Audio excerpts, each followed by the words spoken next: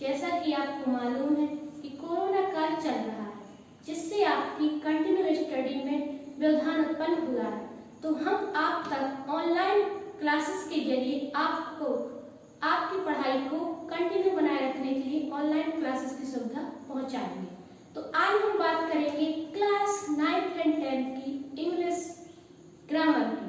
तो आज हम देखेंगे क्लास 9th एंड 10th का इंग्लिश ग्रामर सिलेबस। हमें मालूम होना चाहिए कि आखिर हमारे पाठ्यक्रम में है क्या। तो देखते हैं ग्रामर सिलेबस का। तो अब हम बात करते हैं ग्रामर सिलेबस का। तो आज हम देखते हैं क्लास 9th एंड 10th का सिलेबस क्या है। तो देखते हैं first chapter parts of sentence. Parts of sentence में है, इसकी हिंदी होती है वाक्य के भाग। वाक्य के भाग का अर्थ होता है कि सेंटेंस के कितने भाग हो सकते हैं। जैसे हम एक एग्जांपल देते हैं, this is marker. This is marker में कितने भाग हो सकते हैं सेंटेंस के, उनके बारे में हम फर्स्ट चैप्टर में पढ़ेंगे। सेकंड चैप्टर है हमारा the sentence type. Sentence type का अर्थ है वाक्य के प्रकार। हमने फर्स्ट एग्जांपल लिया दिस इज मार्कर, ये हमारा एक वाक्य का प्रकार हुआ। सेकंड आ जाता है is this marker. Is this marker में दूसरा वाक्य का प्रकार है, जिसके बारे में हम इस चैप्टर में पढ़ेंगे। थर्ड चैप्टर है आपका द वर्ब। द वर्ब का अर्थ है क्रिया। क्रिया कितने प्रकार की होती है? क्रिया दो प्रकार की होती है। First number helping verb, second होती है मेन वर्ब। अब हेल्पिंग वर्ब क्या है? हेल्पिंग वर्ब को बोलते हैं सहायक क्रिया। सहायक क्रिया का अर्थ होता है, जैसे एग्जाम्पल में दे देते हैं हम, Ram is good boy. Ram is good boy, तो इसमें कोई मेन वर्ब नहीं है, ओनली हेल्पिंग वर्ब है। हेल्पिंग वर्ब क्या है? इज। तो हमने पढ़ा सहायक क्रिया में आती है is, are, am, was, were, etc। Second होता है आपका मेन वर्ब। मेन वर्ब में आती है जैसे पढ़ना, लिखना, उठना, बैठना, ये सारी क्रियाओं को हम बोलते हैं मेन वर्ब। तो हम एग्जाम्पल देते हैं जिसमें दोनों क्रियाएं हो। राम इज रीडिंग बुक, तो राम इज रीडिंग बुक में एक है हेल्पिंग वर्ब हमारी, और रीडिंग बुक, रीडिंग है मेन वर्ब। तो हमने तीसरा चैप्टर समझ लिया। चौथा चैप्टर है हमारा प्राइमरी ऑक्सिलरी।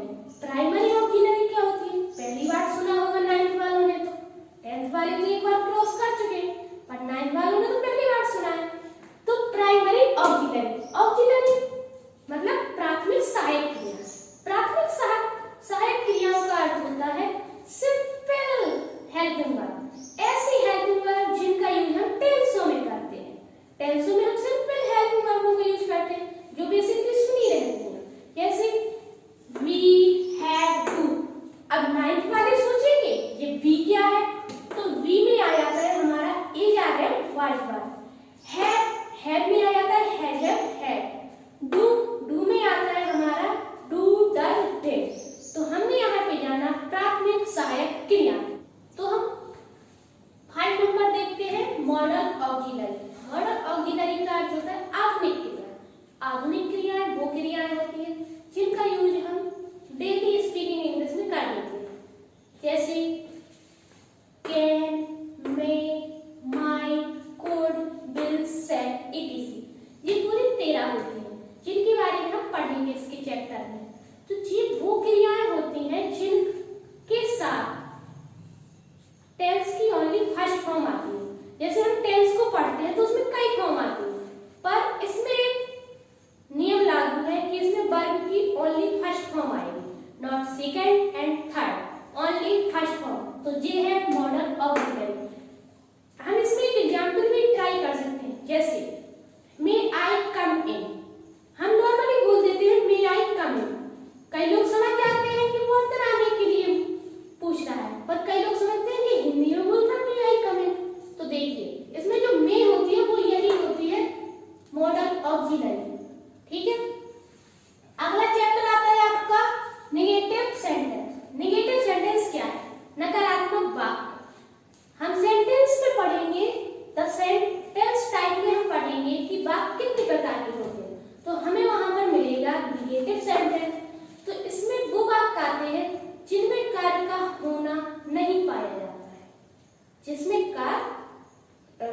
आपके बीच में नहीं शब्द आए उन्हें नकारात्मक सेंटेंस कहते हैं। जैसे example, he is not coming, he is not coming, वह नहीं आ रहा है, तो ये हमारा निगेटिव सेंटेंस हो गया। अब इसमें केवल लिख दिया है निगेटिव सेंटेंस, तो हमें केवल नकारात्मक वाक्यों को नहीं पढ़ना है, इसमें पहले हम असर्टिव सेंटेंस को निगेटिव में परिवर्तित करेंगे। जैसे Ram is a good boy, ये हो गया हमारा सिंपल सेंटेंस। अब हमें निगेटिव सीखना है, तो इसमें लिखेंगे Ram is not a good boy. अगर हम इसमें नॉट लगा देंगे तो हमारा निगेटिव सेंटेंस बन जाएगा। सेम अब आता है इंट्रोगेटिव सेंटेंस, प्रश्नवाचक वाक्य। प्रश्नवाचक वाक्य में आता है उसमें क्रिया हेल्पिंग वर्ब जो हमारी होगी वो वाक्य के सब्जेक्ट के पहले आएगी, तो इसमें ये नियम फॉलो होता है। इसमें भी हम असर्टिव को ही इंट्रोगेटिव में परिवर्तित करते हैं। एक नंबर है हमारा टेंस, फॉर्म और यूजेज। टेंस क्या है? काल। काल का अर्थ होता है जो समय की अवधि को निरंतर करे, समय की अवधि को जो नियंत्रित करे उसे हम काल कहते हैं। तो टेंस कितने प्रकार के होते हैं ये नॉर्मली सबको मालूम होगा, चाहे 9th का हो या 10th का हो। तो टेंस होते हैं 3 प्रकार के, प्रेजेंट, पास्ट, फ्यूचर। तो उन सब की हमें रूप भरने हैं, रूप हमें भरने हैं केवल वर्गों के। जैसे हम ड्रिंक एक क्रिया है, ड्रिंक मतलब पीना, अब इसकी सेकंड फॉर्म क्या होती है? ड्रंक, थर्ड होती है ड्रंक। तो इसमें हम इन क्रियाओं को भरेंगे कि इसमें फर्स्ट आएगी या सेकंड आएगी या आईएनजी फॉर्म आएगी। अब आपका 9 नंबर आता है the passive voice. Passive voice का अर्थ होता है वाच्य। इसमें हमें देखना पड़ता है कि कर्ता कार्य करता है या कार्य। इसमें हम 2 चीजों पे फोकस करेंगे, हमारा सब्जेक्ट क्या है और हमारा ऑब्जेक्ट क्या है। ठीक है, तो हमने पैसिव वॉइस पढ़ा। अब 10th नंबर आता है पार्ट्स ऑफ स्पीच। अब हमें लग रहा होगा कि पार्ट्स ऑफ स्पीच ये तो हम बचपन से पढ़ रहे हैं, 5, 6, 7, 8 में यही तो पढ़ा है पार्ट्स ऑफ स्पीच। तो इसमें हमें ऐसा कुछ नहीं पढ़ना है, केवल उनकी डेफिनेशन नहीं पढ़नी है, उनका यूजेज पढ़ना है। तो हम बात कर रहे थे the parts of speech. Parts of speech में कितने भाग होते हैं? इसकी हिंदी होती है शब्दहीन, इसके भाग होते हैं 8। नंबर 1 होता है नाउन, नाउन का अर्थ होता है संज्ञा। नंबर 2 प्रोनाउन, जिसका अर्थ होता है सर्वनाम। नंबर 3 वर्ब, फिर से हमने वर्ब को सुना, वर्ब हम तीसरे चैप्टर में पढ़ेंगे और पार्ट्स ऑफ स्पीच में इसका यूज भी पढ़ेंगे। नंबर 4 एडजेक्टिव, क्रिया विशेषण। 5 एडवर्ब, विशेषण। 6 प्रीपोजिशन, संबंध सूचक अव्यय। तो 7 नंबर है इंटरजेक्शन। इंटरजेक्शन का मतलब होता है संबंध सूचक अव्यय। नंबर 8 कंजंक्शन, कंजंक्शन का अर्थ होता है संयोजन, जो 2 वाक्यों या 2 सेंटेंसों को जोड़ता है उसे हम कंजंक्शन कहते हैं। तो इसमें हम पार्ट्स ऑफ स्पीच में हमें ये 8 चीजों को पढ़ना पड़ेगा। अब आपका 11 नंबर आता है डायरेक्ट और इनडायरेक्ट स्पीच। अब डायरेक्ट और इनडायरेक्ट स्पीच क्या है? हिंदी में तो कह दिया प्रत्यक्ष व अप्रत्यक्ष कथन। अब इसका मीन्स क्या होता है? तो हम जानेंगे डायरेक्ट स्पीच। डायरेक्ट स्पीच वो स्पीच होती है जिसमें कोई वक्ता होता है, वक्ता का मतलब होता है स्पीकर, और एक होता है ऑडियंस, सुनने वाला। जो वक्ता कहता है, सुनने वाला उसे ज्यों का त्यों तीसरे को बताए, तो उसे हम कहते हैं डायरेक्ट स्पीच। और इनडायरेक्ट स्पीच क्या होता है? जिसमें कोई वक्ता अपने शब्दों को ज्यों का त्यों ना कहकर उसमें कुछ अंतर कर देता है। अंतर करने का मतलब है अपने शब्दों को कुछ बदल देता है, उसे हम कहते हैं इनडायरेक्ट स्पीच। तो हमारा 11 चैप्टर में हम इसको पढ़ेंगे।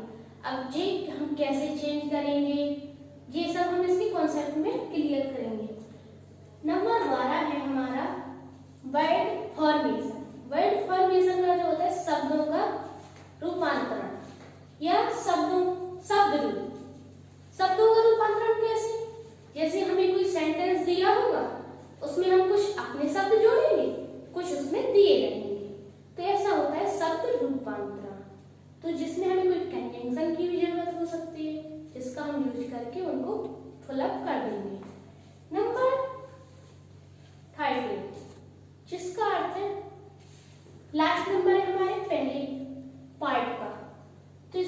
पंक्चुएशन या स्पेलिंग।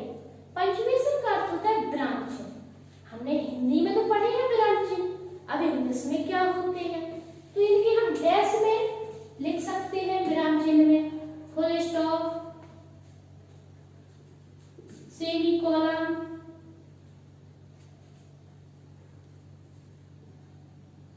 एटसेट्रा। तो पंक्चुएशन में हमने देखा फुल स्टॉप, जैसे हम यूजुअली यूज तो कर देते हैं फुल स्टॉप को, लेकिन उसको हम जानते नहीं है कि ये है किसका पार्ट। तो हम 13 चैप्टर में पढ़ेंगे पंक्चुएशन, जिसमें हमें पता चलेगा फुल स्टॉप क्या है, डैश का यूज कहाँ करना है, हाइफन कहाँ लगाना है, क्वेश्चन मार्क कहाँ लगाना है। जैसा क्वेश्चन मार्क तो हमें पता है कि इंट्रोगेटिव सेंटेंस आया तो हम क्वेश्चन मार्क का यूज कर देंगे, इंट्रोगेटिव सेंटेंस में क्वेश्चन मार्क, नेगेटिव सेंटेंस में फुल स्टॉप, और जो एक्सक्लेमेटरी सेंटेंस होते हैं उसमें हम यूज करते हैं एक्सक्लेमेशन मार्क। आता तो हमें सब कुछ है, पर यूज कहाँ और कब करना है वो हम इस चैप्टर में पढ़ेंगे। तो नाउ वी गेट सिलेबस। हमने जान लिया कि हमारा सिलेबस क्या है। अब ये नीचे दी हुई चीजें हैं ट्रांसलेशन। अब ट्रांसलेशन को हम कैसे सीखेंगे? ट्रांसलेशन को हम जब सीख सकते हैं जब हमें ये सब चीजें आती हैं। वाक्य क्या है, क्रिया क्या है, टेंस क्या है, इन सब को जब हम सीख लेंगे तो हम ट्रांसलेट, अनुवाद, हिंदी टू इंग्लिश और इंग्लिश टू हिंदी आराम से कर सकते हैं। कंपोजिशन, कंपोजिशन का अर्थ होता है ऐसे। ऐसे जो हम हिंदी में लिखते हैं निबंध, निबंध को हम अपने विचारों से लिखते हैं हिंदी में। अब इंग्लिश में हम निबंध कैसे लिखें? जब हमें ये सारी चीजें आती होंगी तो हम निबंध भी अच्छे से लिख सकते हैं। तो देखिए इन सारी चीजों से हम क्या क्या सीख सकते हैं। नंबर 1 ट्रांसलेशन, नंबर 2 ऐसे। ऐसे में हमें कुछ हेडिंगें करनी होंगी। वैसे तो 9th एंड 10th में हमें हेडिंगें दी रहती हैं, पर हमें इंटरमीडिएट में हेडिंगें नहीं मिलेंगी। तो 9th एंड 10th में तो हमें ये सुविधा है कि ऐसे में हमें हेडिंग दी होंगी और अपने मन के विचारों को ट्रांसलेट करके लिखना है। तो अपने विचारों को जब हमें ये चीजें आती होंगी तो हम उसकी अच्छे से ट्रांसलेशन कर सकते हैं, जिससे हमारा ऐसे बहुत अच्छा होगा, तो हमें मार्क्स भी अच्छे आएंगे। तो ऐसे के बारे में हमने जान लिया कि ऐसे में कम से कम 5 हेडिंग आती हैं। 5 में से 5 को करो बहुत अच्छी बात है, कम से कम 2 या 2.5 पेज का ऐसे करो।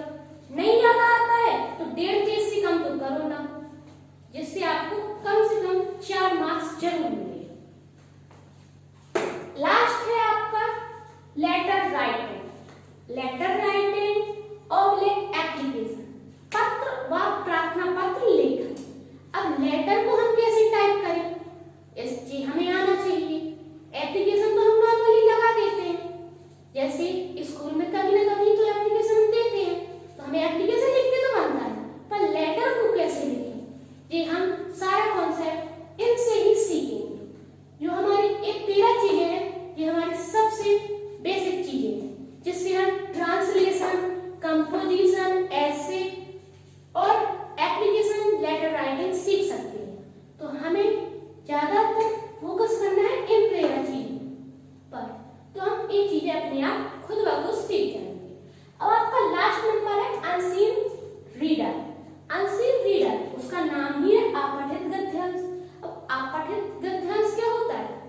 जैसे हमने छोटी क्लासों में देखा है, हिंदी में कोई गद्यांश आएगा, उसमें क्वेश्चन दिए होंगे, उसी से फाइंड करेंगे और नोट कर देंगे।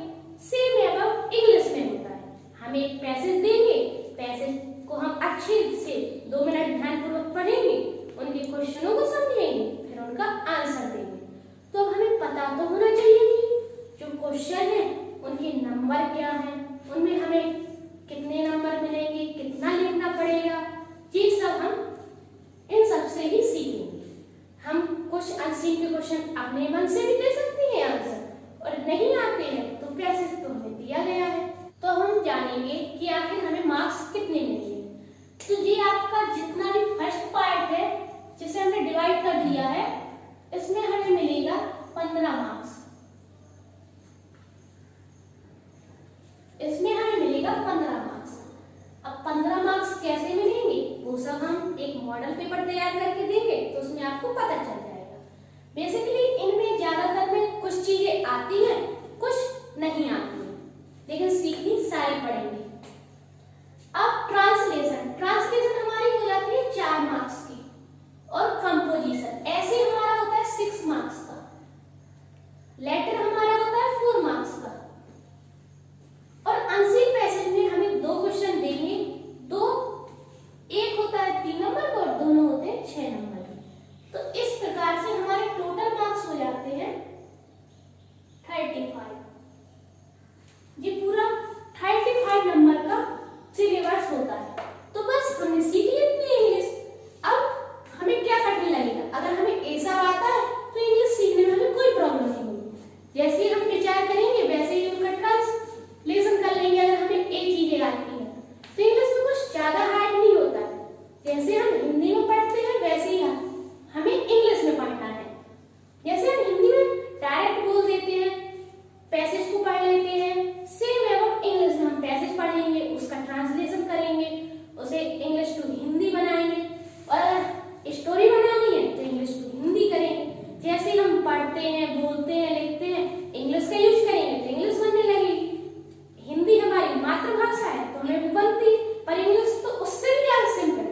देखिए हिंदी में होते हैं 48 शब्द, पर इंग्लिश में ओनली 26 होते हैं।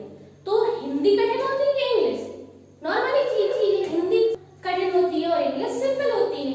तो इन सब चीजों को सीख के हम इंग्लिश को अच्छे से स्पीक भी कर सकते हैं, हियर भी कर सकते हैं। कोई हमारे सामने अगर इंग्लिश मीडियम का बच्चा है उसकी बातों को हम समझ सकते हैं, अपनी बातों को उसके सामने प्रकट भी कर सकते हैं। तो हमें इंग्लिश से डरना नहीं चाहिए। अगर आप इस वीडियो को पसंद करते हैं तो लाइक की करें, इस चैनल को सब्सक्राइब करें।